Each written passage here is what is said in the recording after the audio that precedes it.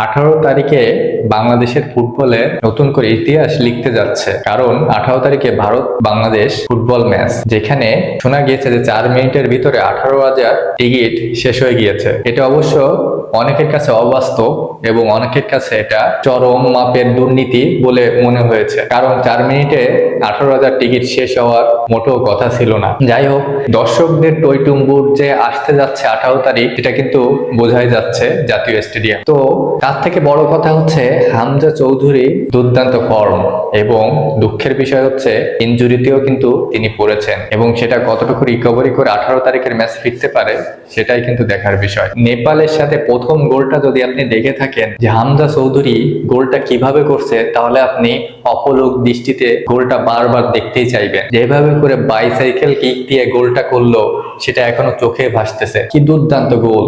এবং দ্বিতীয় গোলটাও কিন্তু হামজা চৌধুরী করেছে। তার মানে নেপালের পুরো 11 জন এবং এক হামজা চৌধুরী, কারণ নেপালও 2, হামজা চৌধুরীও 2, দুইজনে সমানে সমান। তার মানে বাকি অন্যান্য প্লেয়ার যে খারাপ খেলেছে তা বলবো না, কিন্তু এক হামজা চৌধুরী কিন্তু অনেক কিছুই পরিবর্তনের করে দিয়েছিলেন। কিন্তু কথা হচ্ছে যে 18 তারিখের ম্যাচটার আগে দুঃস্বপ্ন হচ্ছে হামজা চৌধুরী কিন্তু ইনজুরির কারণে মাঠ থেকে আগের থেকে বের হয়ে গিয়েছিল, এবং তারপরেই কিন্তু বাংলাদেশ দ্বিতীয় গোলটা খায়। তো হামজা চৌধুরী থাকা আর তিনি না থাকা কিন্তু অনেক পার্থক্য হয়ে দাঁড়িয়েছে। আবার শোনা যাচ্ছে যে ইন্ডিয়া টিমে তারা কিন্তু আরেকজন বিদেশি প্লেয়ার, যেটা ইন্ডিয়ার বংশোদ্ভূত অস্ট্রেলিয়ান প্লেয়ারকে দলে নিয়েছে বাংলাদেশের সাথে খেলার জন্য। তো তাতে করেও একটা বেশ চাপে থাকবে বাংলাদেশ টিম। তবে ঘরের মাঠে খেলা এবং উজ্জীবিত থাকবে বাংলাদেশ দল।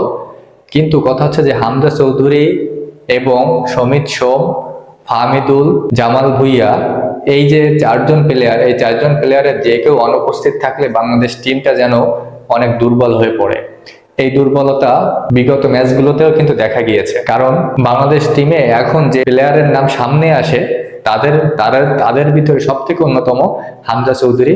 লেস্টার সিটিতে খেলা বাংলাদেশি বংশোদ্ভূত এই প্লেয়ার, তাকে ঘিরেই সমস্ত পরিকল্পনা কিন্তু কোচ হাবেরা কাবরেরা। বা 18 তারিখে যে ম্যাচটা হতে যাচ্ছে সেখানে কিন্তু বাংলাদেশের দলের ত্রাণকর্তা হিসেবে কিন্তু হামজা চৌধুরীকে থাকা লাগবে। হামজা চৌধুরী যেন দ্রুত সুস্থ হয়ে যায় সেই কামনায় থাকবে বাংলাদেশের দলের দর্শক সমর্থক সবার, কারণ হামজা চৌধুরীর দিকেই তাকিয়ে থাকবে 18 কোটি লোক।